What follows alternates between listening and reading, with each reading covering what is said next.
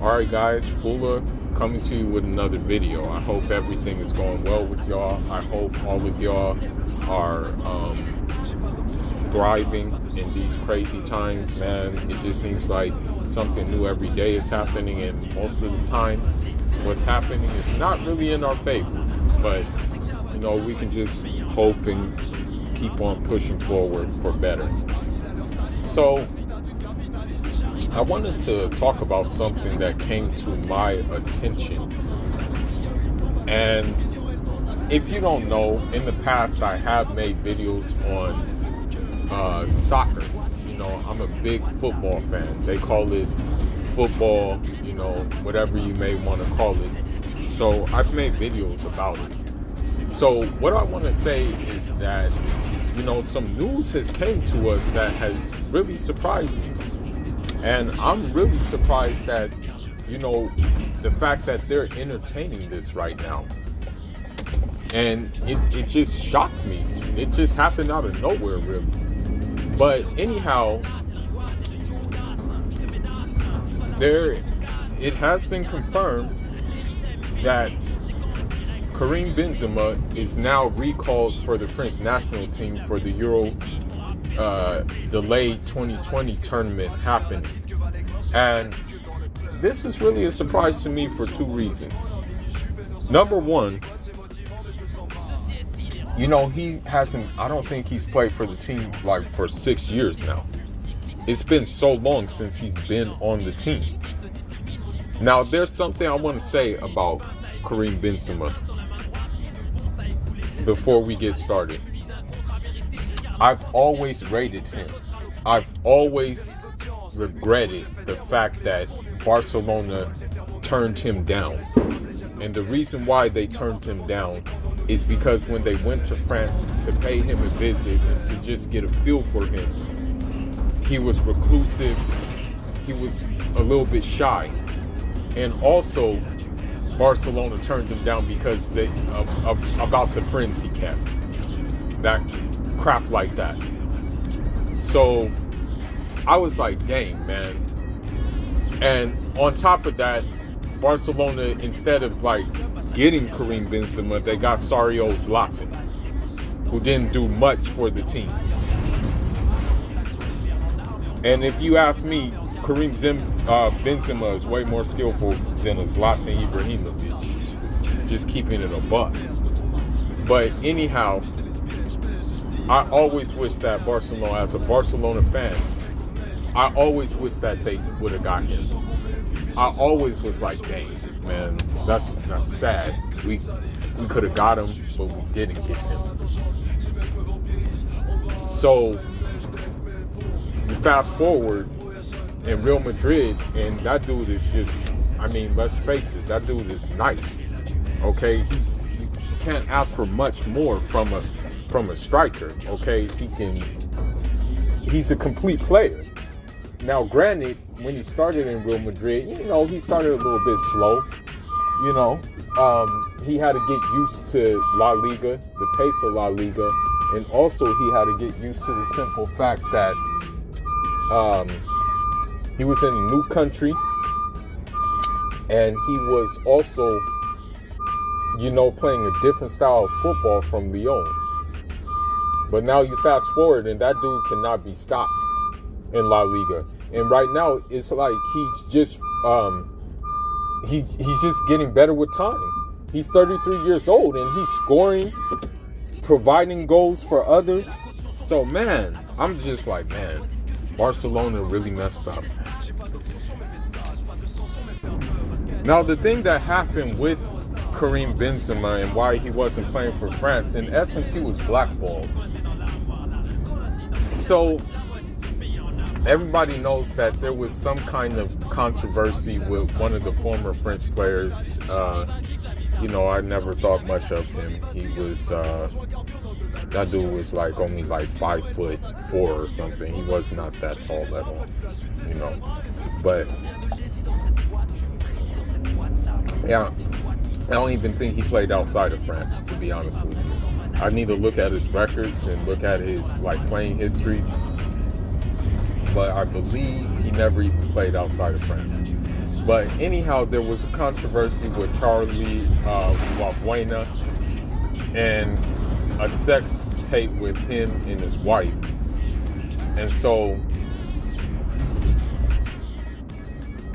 the people who wanted to blackmail him allegedly were cool with Karim Benzema, or they were in, let's just say, cahoots with Karim Benzema, or something like that. It had something to do with that. But Karim Benzema had no idea about this whole thing. Okay? So what happened is Karim Benzema, you know, they put him under investigation and everything. They put him under investigation. They did all types of things with him. He had to go to court for this. He was fighting. He was legitimately fighting a case because of this,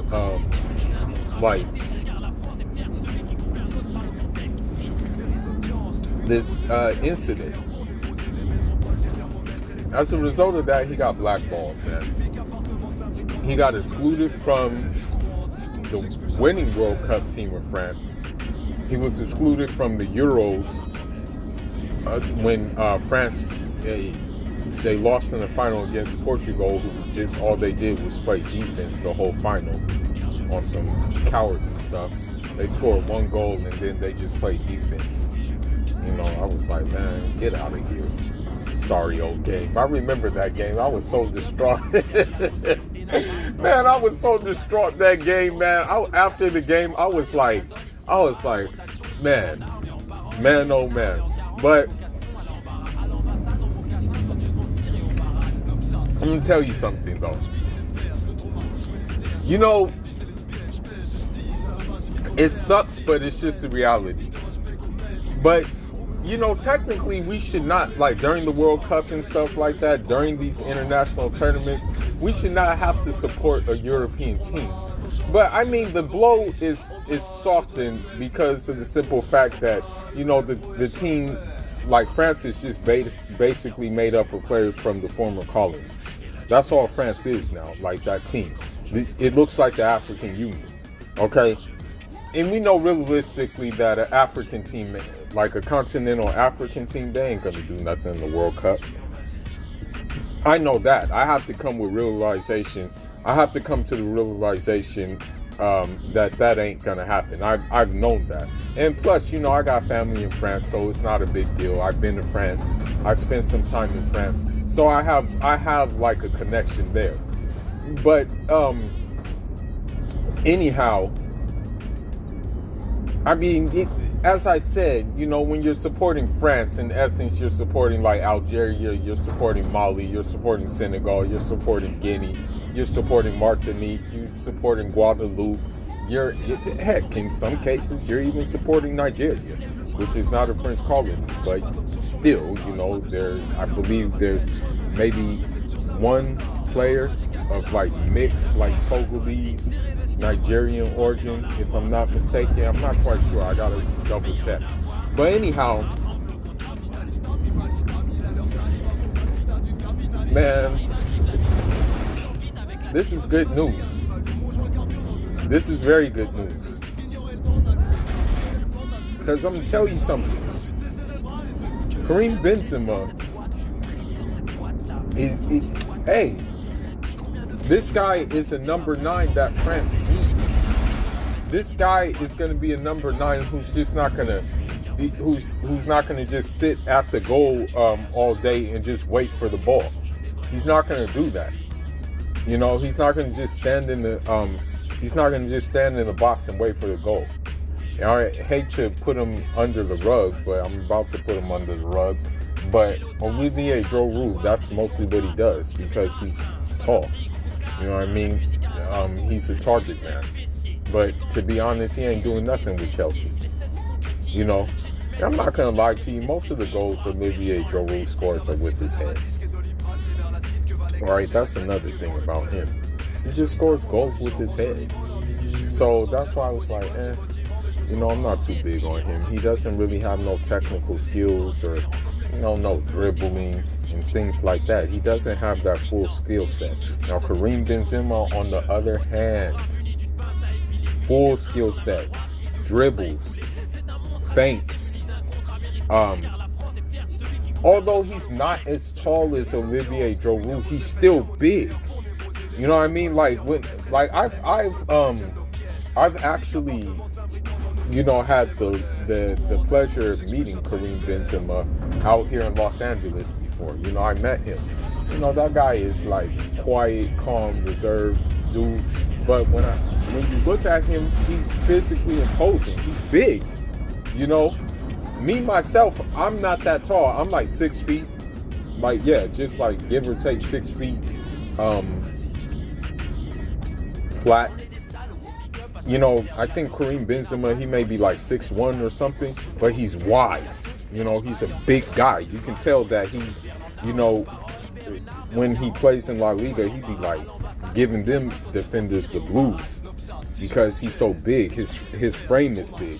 So in addition to having that big frame, he has the skill set though. He has the dribbles. He has the ability to do like those passes that you don't expect. Olivier Giroud, he don't got that. He don't got that. He don't got them passes or the ability to make a play out of nothing. And unfortunately that's another thing that kind of like got Benzema in trouble, and that's what actually kept him out of the national team. Although he was telling the truth, it still kept him out of the team. He said in one Instagram, I think it was either Instagram Live or something of that sort, but he said that with Olivier Giroud, he said there's a big difference between an F1 and a go-kart. And what he was saying in essence is there's levels to this. And so he was saying he's the F1, and then he was saying Giroud's the go-kart, right? So that didn't go down well. And you know, with those comments, I can kind of see that if he came back to the French national team, like if he came back at that time, after saying those things, they weren't going to blink out. They weren't going to give him a look in. They would have probably had him on the bench the whole time, you know. Because then if they did give him a look in, then probably Olivier Giroud would have been like up in his feelings and stuff and been mad and stuff like that. Yeah. So now, what does this mean for France? To be honest, I think the teams that I felt that were going to be the biggest threats in the World Cup, I mean in this Euro Cup, I always said France and Spain. I don't know where people are getting England from. England can't do crap.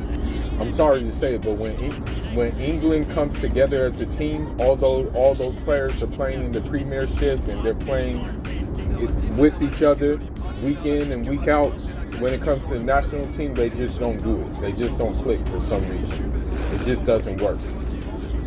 That's just it. It's not working. So, with that being said, I don't know where people are getting England from to win the World Cup. Or I mean, the Euro. It's like, get the heck out of here. You know? And plus, now that I look at it, I mean, nah, that's actually doesn't really matter. I was just about to bring up the Brexit thing since they're like not in the EU anymore. But that doesn't really matter. They're still in Europe at the end of the day. That's a political thing, not a geographical thing. But in terms of winning the tournament, I always said that either France or Spain are going to win it. You know, I look at all the other teams and it's just like nothing matches up to what they have. And now they're even going to be a bigger threat. They are going to be a bigger threat I'm going to tell you why they're going to be a bigger threat with Benzema. Benzema may take a bench role, although he's starting with Real Madrid. You know, that dude has solidified his spot. But he may just, like with France, he may just go ahead and take the bench role. And the thing is about him taking the bench role is the simple fact that he'll be fresh when he does get the playing time, but he can play so many roles in that French team. Okay, he can play a number of roles. Role number one, he can just play as a classic number 9 if needed. Just play right up front. You know, Dembele, Mbappe play on the wings, and they can either supply him with the goals, score on their own as well. You know, they like to score. And not only do you have a mixture of speed, pace, and technique, but you have that physical presence too with Benzema, since he's a big guy, you know. The other role he can play is he can play behind a striker, you know. He can play more of a playmaker role. Still be looking for the goals and stuff like that, but if anything, he can play as a playmaker. You know, he's done that before, many of times with Real Madrid. He can play behind the striker. So I would be okay with that. And also the last role he can play on the wing. He can play there too. That's what I like about him so much. He's so versatile. I always said during the post-Henry, the post-Eto'o, the post-Zidane, the post-Ronaldinho era, I always said that, man, this guy you got next. And now that France team is stacked. So there's really nothing, I really don't see them losing, you know? But leave your thoughts. Let me know what y'all think about this, man. Let me know if you think this is a good thing and it's a bad, or if it's a bad thing. And let me know if you think if it will affect the chemistry between the French team. But anyhow, Full is signing out. Njara.